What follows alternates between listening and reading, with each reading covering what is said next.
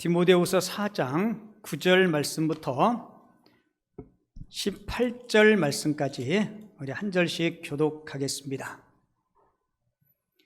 346쪽에 있고요. 성경 글씨가 작으신 분은 앞에 자막 보시고 제가 한 절 읽고 여러분들이 한 절 읽고 교독합니다. 너는 어서 속히 내게로 오라. 데마는 이 세상을 사랑하여 나를 버리고 데살로니가로 갔고, 그레스게는 갈라디아로, 디도는 달마디아로 갔고, 누가만 나와 함께 있느니라. 내가 올 때 마가를 데리고 오라. 그가 나의 일에 유익하니라. 드기고는 에베소로 보내었노라. 내가 올 때 내가 드로와 가보의 집에 둔 겉옷을 가지고 오고 또 책은 특별히 가죽 종이에 쓴 것을 가져오라. 구리 세공업자 알렉산더가 내게 해를 많이 입혔음에 주께서 그 행한 대로 그에게 갚으시리니, 너도 그를 주의하라. 그가 우리 말을 심히 대적하였느니라. 내가 처음 변명할 때에 나와 함께한 자가 하나도 없고 다 나를 버렸으나 그들에게 허물을 돌리지 않기를 원하노라. 두 절 말씀은 같이 읽죠. 주께서 내 곁에 서서 나에게 힘을 주심은 나로 말미암아 선포된 말씀이 온전히 전파되어 모든 이방인이 듣게 하려 하심이니 내가 사자의 입에서 건짐을 받았느니라. 주께서 나를 모든 악한 일에서 건져내시고 또 그의 천국에 들어가도록 구원하시리니 그에게 영광이 세세 무궁토록 있을지어다. 아멘. 오늘 읽은 본문 말씀을 가지고 단풍 같은 인생이라는 제목으로 하나님이 주시는 귀한 은혜와 교훈을 함께 나누도록 하겠습니다. 오늘의 영혼을 만나는 하늘에 있는 영원한 집입니다. 고린도후서 5장 1절 말씀을 우리 한 목소리로 같이 한번 읽도록 하겠습니다. 같이 읽죠. 만일 땅에 있는 우리의 장막이 집이 무너지면 하나님께서 지으신 집 곧 손으로 지은 것이 아니요 하늘에 있는 영원한 집이 우리에게 있는 줄 아느니라. 고린도후서 5장 1절 말씀. 아멘. 제가 한번 더 읽어드릴게요. 만일 땅에 있는 우리 장막이 집이 무너지면, 여기서 우리 장막이 집이 뭘까요? 여러분들의 육체를 가리킵니다. 땅에 있는 우리의 장막이 집이 무너지면 하나님께서 지으신 집, 그 손으로 지은 것이 아니요 하늘에 있는 영원한 집이 우리에게 있는 줄 아느니라. 고린도후서 5장 1절 말씀. 아멘. 우리의 장막의 집과 하늘에 있는 영원한 집이 대조를 이루죠.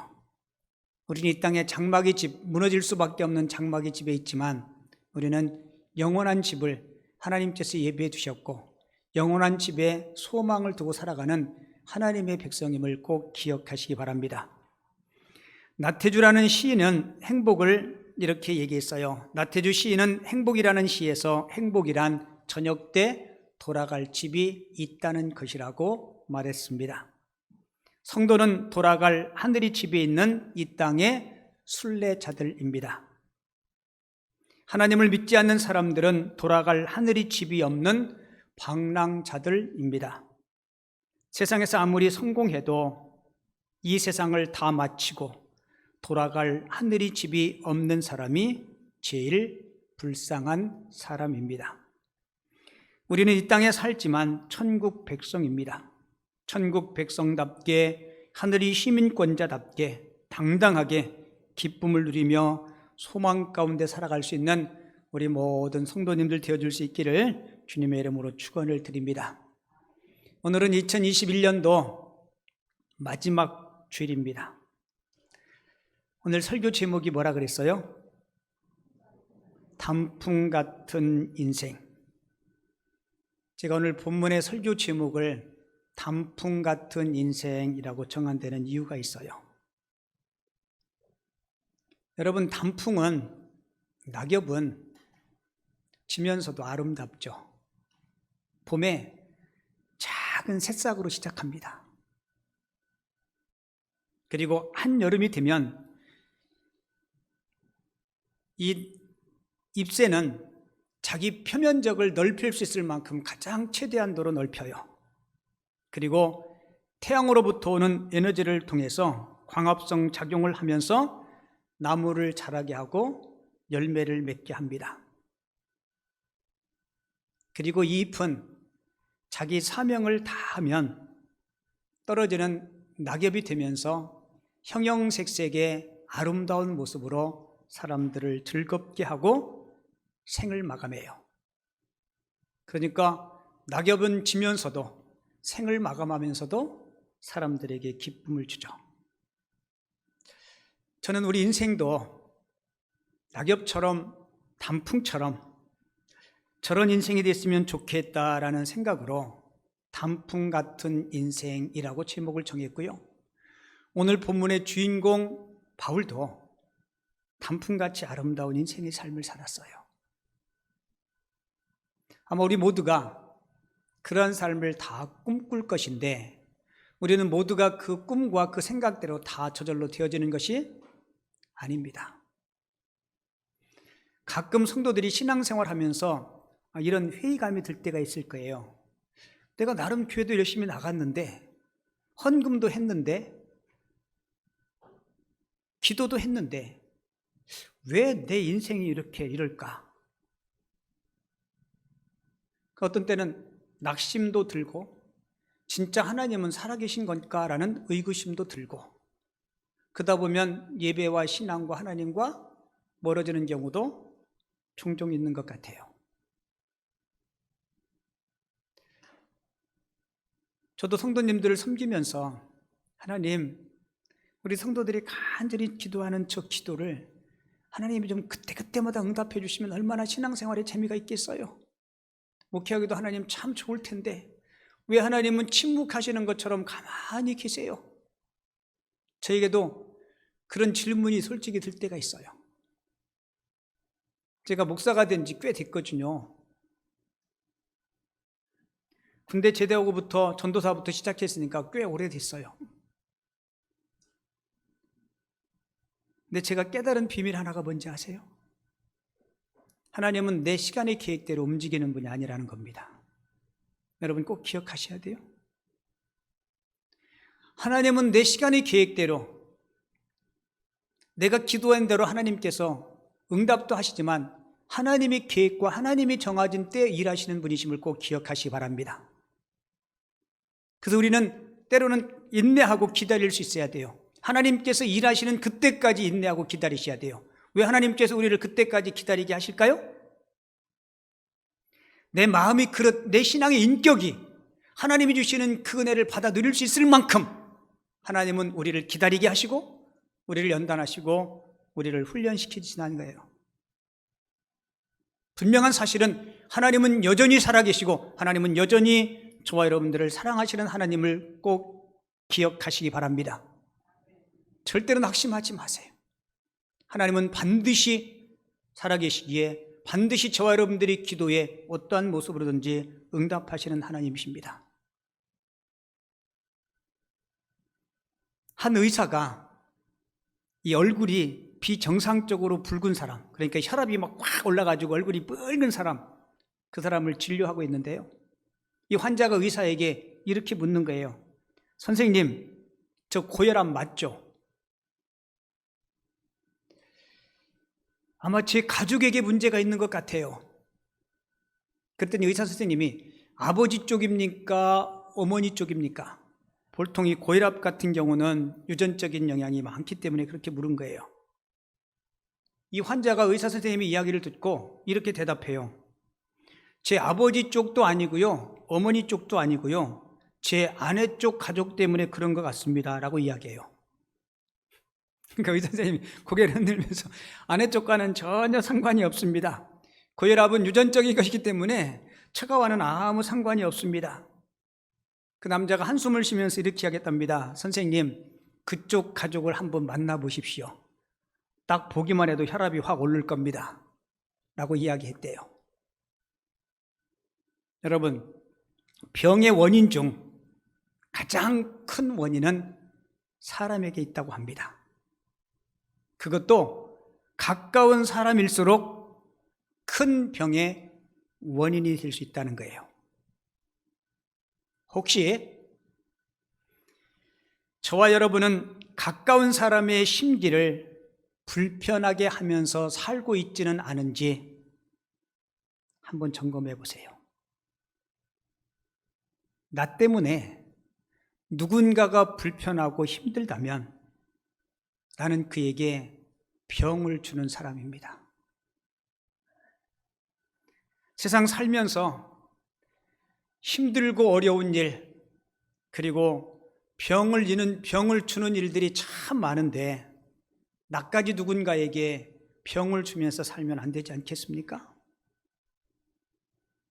병 중에 가장 최악의 병은 사람이 주는 스트레스라고 합니다. 그리고 약 중에 최고의 약도 사람이 주는 위로와 권면과 사랑이라고 합니다. 올해 마지막 주일 예배를 드리고 있는 우리 사랑하는 성도님들, 저도 여러분들도 누군가에게 사랑과 긍휼과 그리고 위로의 말을 통해서 최고의 약을 전달해 줄 수 있는 하나님의 사람들이 꼭 되시기 바랍니다. 그게 인생을 단풍같이 사는 인생이에요. 오늘 본문은 여러분들이 잘 아는 하나님 앞에 귀하게 쓰임받은 사도 바울이 두 번째 로마의 옥에 갇히게 되고요. 그리고 두 번째 로마의 옥에 갇힌 지금 이 시점에서 내가 옥에서 나가지 못하고 이 옥에서 죽을 것 같다. 순교를 직감하고 있는 거예요. 오늘 읽지 않았는데 본문 6절에 보면 바울이 자기 순교를 직감하면서 이렇게 고백해요. 전제와 같이 내가 벌써 부어지고 나의 떠날 시각이 뭐 했다고요? 가까웠다라고 이야기하죠. 내가 이 땅의 삶을 마감하고 떠날 시각이 가까웠음을 바울은 지금 느끼고 있어요. 그런데 바울은 자신을 전제와 같이라고 이야기하죠. 여기서 전제는 구약의 용어인데요. 구약 시대 때 이렇게 제물을 잡아서 제단에 딱 올려놓고 이제 불로 이 제물을 태우기 전에 마지막 의식으로 이 제물에 포도주를 붓는 의식을 일컬어서 전제라고 이야기하는데요. 바울은 자신을 사람들을 구원하는 일, 그리고 성도들을 신앙 안에서 성장시키는 일, 그 일을 위해서 자신의 생명까지도 기꺼이 바치겠다는 의미로 자신을 뭐라고 표현해요? 전제라고 그렇게 표현하고 있어요. 바울이 이렇게 말할 그 당시의 나이를 신학자들은 대략 한 70세 정도로 추정하고 있습니다. 지금이야 70대면 건강하신 분들이 많지만 사도 바울 당시에 70이면 완전히 고령의 나이예요. 그리고 그 당시 상황으로 보아서 자신이 순교하리라는 예측을 하고 있었기 때문에 이 글을 그렇게 표현한 거예요. 그러니까 이 본문은 바울의 마지막 유언, 마지막 당부, 그리고 특별히 바울이 죽기 전에 꼭 하고 싶었던 일, 그러니까 바울의 버킷리스트라고 이야기해도 틀리지 않은 이야기예요. 자, 그러면 바울은 죽기 전에, 순교하기 전에 꼭 하고 싶은, 아니요, 반드시 해야 될 일들이 몇 가지 있었어요. 꼭 하고 싶은 일. 그 첫 번째는 보고 싶은 사람이 있었습니다. 영적인 아들 디모데를 그가 보고 싶었어요. 오늘 본문 9절과 21절에 보면 디모데가 얼마나 보고 싶은지 디모데에게 편지를 보내면서 이렇게 기록해요. 너는 어서 속히 오라. 어서라는 말과 속히라는 말이 같은 의미죠. 빨리 오라는 거예요. 21절에도 보면 너는 겨울 전에 어서 오라. 9절에서도 어서 속히 내게로 오라. 21절에서도 겨울 전에 어서 오라. 겨울이면 백길이 얼어서 올 수 없기 때문에 내가 언제 죽을지 모르니까 디모데야 좀 빨리 와라. 여러분, 사도 바울은 여러분들이 알다시피 결혼하지 않고 혼자 독신으로 살았잖아요. 그죠? 그래서 자녀가 없어요. 그런데 이 디모데를 부를 때 늘 바울은 뭐라고 부르는지 알아요? 아들이라고 불렀어요. 아들. 내 믿음의 아들 디모데라고, 늘 아들이라고 그렇게 불렀어요.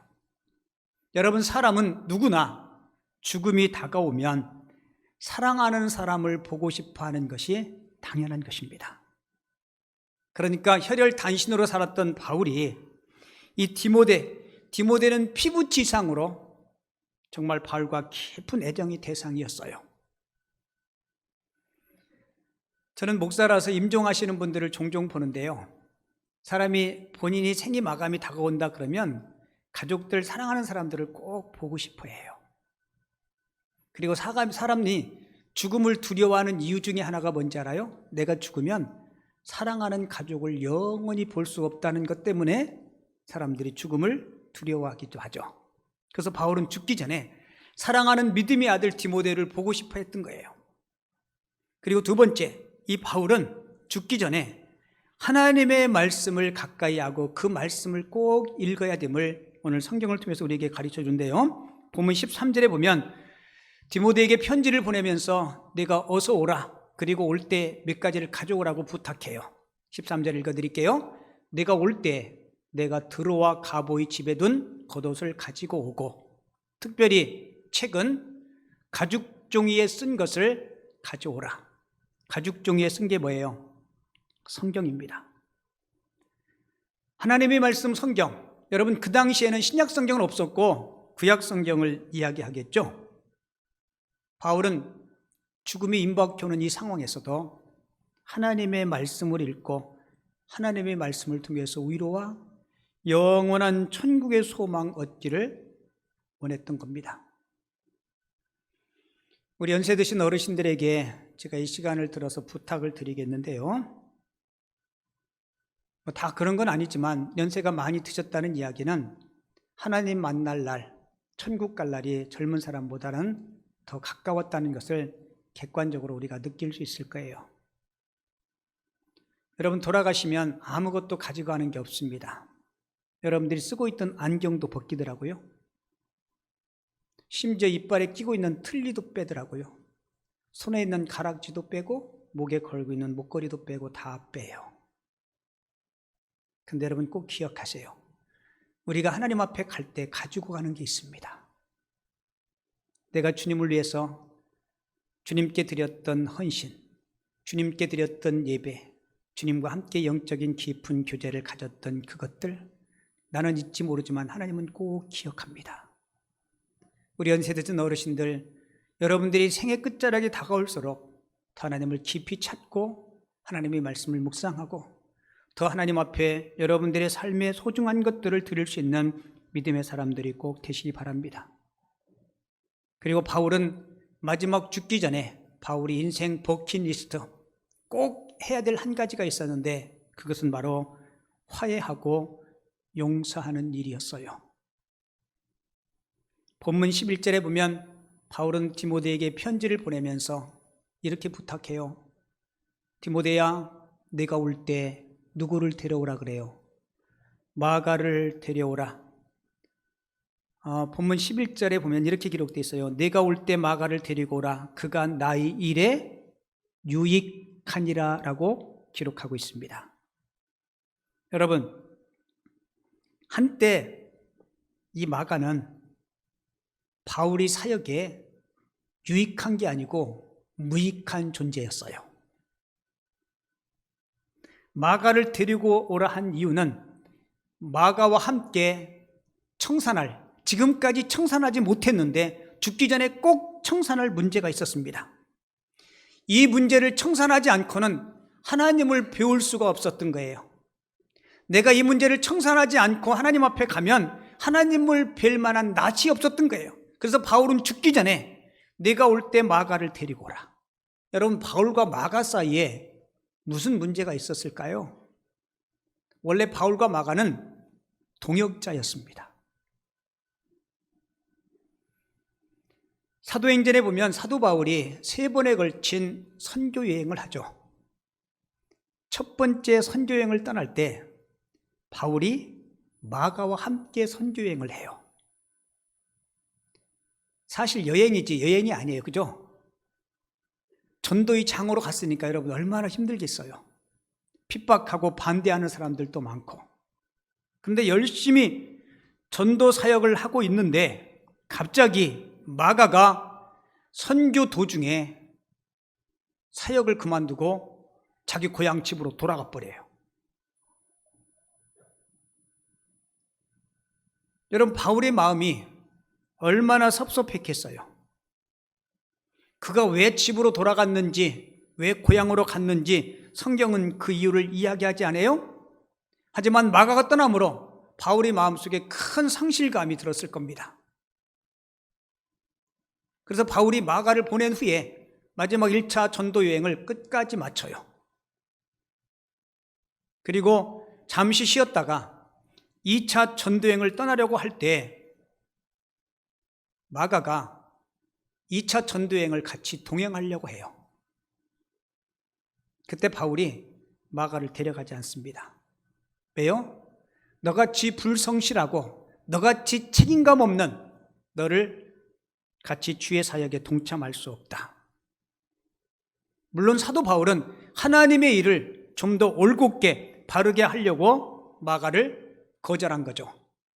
근데 바울이 동역자였던 바나바는 그래도 마가를 데려갑시다, 다시 두 번의 기회를 줘야 되지 않겠습니까? 라고 요청했지만 바울은 단호히 거절해요. 그래서 마가를 데리고 가지 않고 바울은 실라를 데리고 2차 선교 여행을 떠나요. 근데 이 문제 때문에 바울과 마가 사이에, 바울과 바나바 사이에 심한 다툼이 생겨요. 자, 성경 한번 읽어드릴게요. 사도행전 15장 38절에 보면 바울은 밤빌리아에서 자기를 떠나 함께 일하러 가지 아니한 자를 데리고 가는 것이 옳지 않다 하여 서로 심히 뭐 했다고요? 다투어 피차 갈라서니라고 이야기하죠. 여러분, 성경이 서로 심히 다투어 굉장히 정제된 언어로 쓰고 있지만 제 생각에는 아마 언성을 높이면서 아니 그것까지 용서할 수 없냐고 사도가 돼가지고 나이 어린 마가가 힘들어서 중간에 중도 포기하고 왔는데 다시 정신 차리고 가려고 하는데 그걸 안 데려가냐고, 어쩌면 그렇게 이야기하실지도 모르겠어요.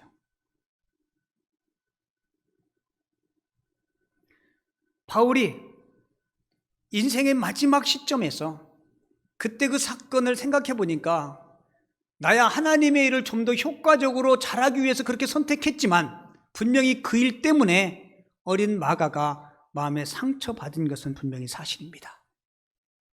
그래서 바울은 잘잘못을 떠나서 그를 좀 보고 화해하고 격려해 주고 싶었던 거예요. 그래서 대사도 바울이 내가 올 때 마가를 데리고 오라, 나의 일에 뭐하다고요? 유익하다라고 이야기하죠.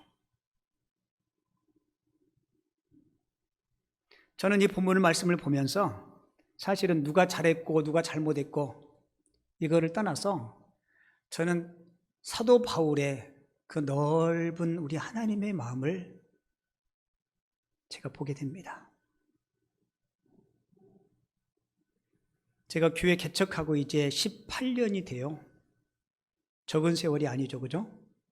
10년이면 강산도 변한다는데 강산 2번 변할 정도 동안 됐어요. 우리 교회가 설립주일이 되면 교회를 등록하고 15년 동안 교회를 성실히 출석하고 교회를 섬긴 분들에게 15년 근속 시상을 합니다. 그러니까 내년도 1월 16일이면 우리 교회 이제 창립 18주년인데요. 원래 정확하면 17일인데 주일이 16일이더라고요. 2006년도에 등록하신 분들이 딱 15주년이 돼요. 2006년도 주보를 제가 쭉 봤더니 2006년도에 우리 김포 남현교회 등록하신 성도들이 대략 한 50명 정도 돼요. 근데 현재까지 남아 계신 분들은 한 5가정 정도 되더라고요.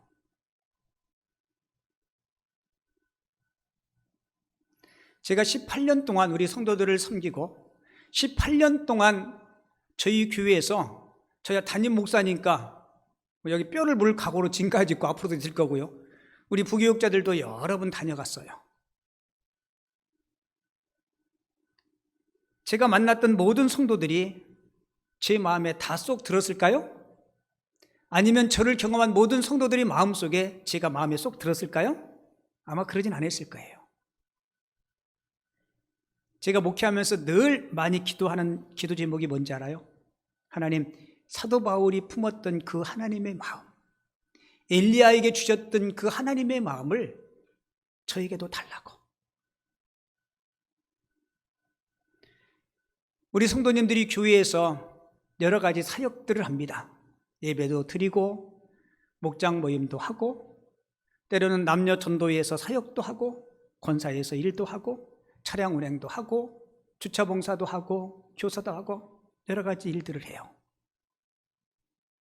여러분, 우리가 교회에서 사역을 할 때 여러분 꼭 기억하세요. 일 중심의 사역을 하지 마시고 관계 중심의 사역을 하시기 바랍니다. 교회는 공의가 없어서 문제가 되기보다는 사랑이 없어서 문제가 되는 경우가 많이 있어요. 우리 교회가 대한예수교 장로회 합동측 황동노회에 소속되어 있는데요.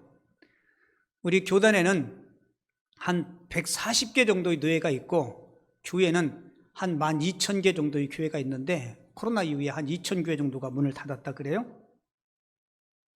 근데 교회 내에 어떤 분쟁의 문제가 생기면 교회 내에서 해결이 안 되죠.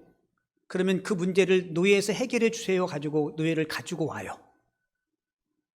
제가 노회 임원도 하고 노회 재판국에서 서기도 하고 이렇게 보면서 그들이 가지고 온 문제거리 있죠. 다 A4 용지를 써서 꼼꼼히 써서 가지고 와요. 세상 말로 이야기하면 고소장을 가지고 옵니다. 자, 아무개 장로가 아무개 목사가 이러한 죄를 저질렀는데 노회에서 판결해 주십시오. 제가 서기라 꽤 많은 분량을 꼼꼼히 읽어봐요. 한 번 읽어도 넘이 일이니까 잘 모르잖아요. 여러 번 읽어요. 이 편 글도 읽고 이 편 글도 읽고 다 읽어요. 제가 최종적인 결론은 뭔지 아십니까? 이거는 옳고 그름이 문제가 아니라 사랑이 없다. 뭐가 없어요? 사랑이 없어요. 사랑의 마음만 가지면 다 덮고 넘어갈 수 있는 문제임에도 불구하고 사랑의 마음이 단 요만큼도 없어요. 그러니까 다 믿게 보이는 거예요. 여러분, 사도 바울은 지금 마지막 그 사랑을 실천하려고 애쓰고 있는 거예요. 여러분, 객관적으로 따지면 바울 사도가 담임 목사고 마가는 부목사라면 부목사가 담임 목사 허락도 없이 아니요, 제 마음대로 사역의 장을 뿌리치고 떨쳐버리고 나간 거예요. 여러분들이 잘 아는 예수님의 수제자 베드로가 마지막 당부의 말씀을 이렇게 이야기해요. 베드로전서 4장 7절에서 만물의 마지막이 가까웠으니 무엇보다도 뜨겁게 서로 뭐라고요? 사랑할지니 사랑은 허다한 죄를 덮느니라. 이 사랑의 문제예요. 예수님의 제자 가운데 예수님의 사랑을 가장 많이 체험하고 변화된 사도가 있어요. 누군지 아시죠? 요한입니다. 그래서 요한을 일컬어서 사랑의 사도라고 이야기해요. 원래 요한은 사랑의 사람이 아니었습니다. 얼마나 성질 빼기가 지랄 맞고 급한지 그에게 붙여진 별명이 우리의 아들, 천둥 번개 같은 사람, 급한 성격의 소유자, 자기밖에 모르는 이기적인 사람. 여러분, 이런 사람이 주님의 사랑을 체험하고 난 후에 사랑의 사람이 돼요. 그러면서 그가 우리가 형제를 사랑해야 되는 이유를 요한 서신을 통해서 몇 가지 이야기해 주는데요. 우리가 형제를 사랑해야 되는 첫 번째 이유는 사랑하는 삶은 하나님의 자녀로서 마땅한 일이기 때문에 그렇습니다. 자, 성경 같이 읽어볼게요. 요한일서 4장 7절 시작. 사랑은 하나님께 속한 것이니 사랑하는 자마다 하나님으로부터 나서 하나님을 알고. 여러분, 사랑은 내가 구원받는 조건은 아닙니다. 그러나 하나님의 자녀로서 마땅한 삶, 그것이 어떤 삶이에요? 사랑하는 하는 삶입니다. 그리고 요한은 우리가 형제를 사랑해야 되는 두 번째 이유를 사랑하지 않으면 하나님을 안다고 말할 수 없다라고 이야기해요. 요한일서 4장 8절에 보면 사랑하지 아니하는 자는 하나님을 알지 못하나니라고 이야기하죠. 우리가 하나님을 아는 데는 방법이 두 가지가 있어요. 하나는 성경 말씀을 통해서, 그리고 또 한 가지는 순종을 통해서인데요. 하나님께서 사랑하라는 그 명령에 순종하지 않으면 하나님을 알 수 없다는 것입니다.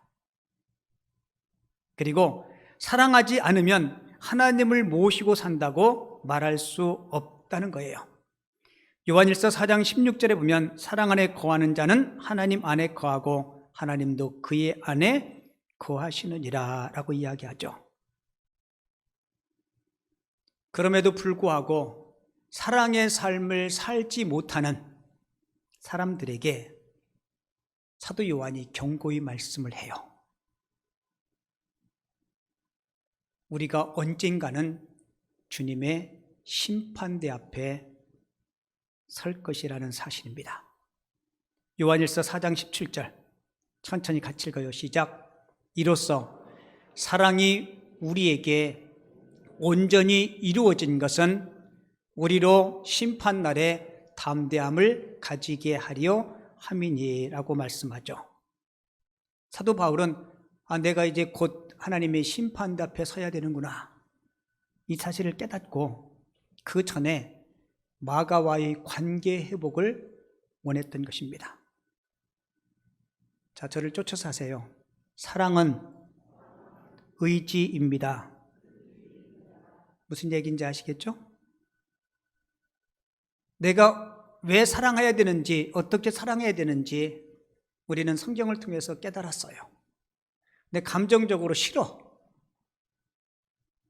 그래도 그것이 하나님께서 원하시는 일이라면 의지를 가지고 하셔야 된다는 거예요. 특별히 주님의 일을 할 때 감정적으로 주님의 일을 해서는 안 됩니다. 간혹 어떤 분이 나 기분 나빠서 그 일 안 할래요. 여러분, 그런 소리를 하시면 안 돼요. 우리가 감정으로, 기분으로 주의를 하나요? 아니요. 솔직히 어떤 때는 목사도요, 그 일 하기 싫어. 그 멀리까지 신방 안 갔으면 좋겠어. 몸뚱아리는 가기 싫어. 감정도 가기 싫어. 마음도 가기 싫어. 근데 가는 이유가 뭔지 알아요? 마음 깊숙이 하나님의 말씀이 넌 가야 해. 사랑이 뭐라고요? 사랑은 의지예요. 여러분, 의지를 가지고 가기 싫은 직장도 가시죠. 학생들이 의지를 가지고 하기 싫은 공부도 하는 겁니다. 사랑이 뭐예요? 의지예요. 하기 싫은데, 기분 상한데 하나님이 기뻐하시는 일이기 때문에 우리는 그 일을 하는 거예요. 근데 놀라운 것은요, 내가 하나님의 말씀에 순종하면, 의지를 가지고 그 일을 하면, 하나님의 편을 선택하면 반드시 하나님은 풍성한 열매를 가지고 우리를 축복하심을 꼭 기억하시기 바랍니다. 그래서 사랑이 뭐예요? 사랑이 의지예요. 사도 바울도 감정적으로 안 하고 싶었을 거예요. 그 나이도 어린 놈이 버르장머리 없이, 싸가지 없이. 아니요. 바울의 마음속에는 하나님의 말씀이 가득했습니다. 여러분들에게 조각품 하나 보여드릴게요.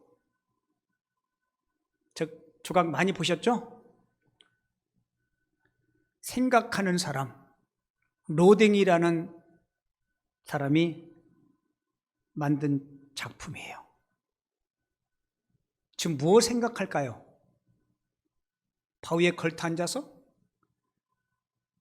턱에 손을 고이고 뭔가 깊이 생각해요. 아마 이거 생각할 거예요. 코로나 언제 끝나지? 어떻게 하면 돈을 좀 벌지? 아니요. 로댕이 저 작품을 만든 계기가 있는데요. 단테라는 사람이 쓴 신곡이라는 책이 있어요. 그 신곡의 책은 천국편, 연옥편, 지옥편 이렇게 3부로 나눠져 있는데, 그 단테의 신곡을 읽고 어떤 사람이 지옥 문턱에서 지옥을 들어가기 전에 지금 깊이 생각하는 거예요. 내가 어떻게 지옥 문턱까지 오게 되었나? 여러분, 지금 저 고민은 때늦은 고민이죠. 다시 돌이킬 수 없는 고민이에요. 여러분, 바울은 하나님 앞에 서기 전에 마가와 아름다운 마무리를 하고 싶었던 거예요. 그래서 그를 초청하고 그에게 화해하고 사랑의 손을 내민 겁니다. 왜요? 마지막 끝자락이 단풍처럼 아름다운 인생의 끝자락이 되고 싶어서. 여러분들이 알고 있는 윤동주 시인의 시 한 편을 제가 여러분들에게 읽어드리고 오늘 설교를 마칠게요. 내 인생에 가을이 오면, 내 인생에 가을이 오면 나는 나에게 물어볼 이야기들이 있습니다. 내 인생에 가을이 오면 나는 나에게 사람들을 사랑했느냐고 물을 것입니다. 그때 가벼운 마음으로 말할 수 있도록 나는 지금 많은 사람들을 사랑하겠습니다. 내 인생에 가을이 오면 나는 나에게 사람들에게 상처를 준 일이 없었냐고 물을 것입니다. 그때 자신 있게 말할 수 있도록 사람들을 상처 주는 말과 행동을 하지 말아야 하겠습니다. 내 인생에 가을이 오면 나는 나에게 삶이 아름다웠느냐고 물을 것입니다. 그때 기쁘게 대답할 수 있도록 내 삶의 날들을 기쁨으로 아름답게 가꾸어 가야겠습니다. 내 인생에 가을이 오면 나는 나에게 어떤 열매를 얼마만큼 맺었느냐고 물을 것입니다. 내 마음밭에 좋은 생각의 씨를 뿌려 좋은 말과 좋은 행동의 열매를 부지런히 키워야 하겠습니다. 사람이 죽을 때 가장 후회하는 5가지가 있대요. 이게 책 제목인데요. 죽을 때 가장 후회하는 5가지. 오스트리아에서 암 말기 환자들을 돌보는 브로니 웨이라는 간호사가 블로그에 올린 글을 책으로 엮은 내용이에요. 이 간호사가 수년 동안 말기 환자들 병동에서 환자들을 살펴보았는데요. 삶의 모습들은 각자 다른 삶을 살았는데 마지막 임종할 때 놀랍게 후회하는 것은 거의 똑같았다고 합니다. 그 5가지가 이거였대요. 일 좀 덜 할 걸, 화 좀 덜 낼 걸, 좋은 인간 관계를 가질 걸, 도전하며 살 걸, 사랑하는 사람들에게 사랑한다고 말할 걸. 이렇게 5가지래요. 사랑하는 성도 여러분, 오늘이 2021년도 마지막 주일입니다. 우리도 언젠가는 우리 생의 마지막을 맞이할 거예요. 그 마지막이 단풍잎처럼 아름다웠으면 좋겠습니다. 우리 인생의 뒤안길이 아름다운 추억이 됐으면 좋겠습니다. 그리하기 위해서 사도 바울이 이 마지막 우리에게 주는 교훈처럼 누군가를 사랑하고 그 사람의 약점을 들춰내는 것이 아니라 허물을 덮어줄 수 있는 그런 사랑의 사람, 그리고 사랑받으며 하나님께서 여러분들을 통해서 이루고자 하시는 아름다운 뜻들을 이루어드릴 수 있는 주님의 거룩한 도구들이 다 되어줄 수 있기를 주님의 이름으로 축원을 드립니다.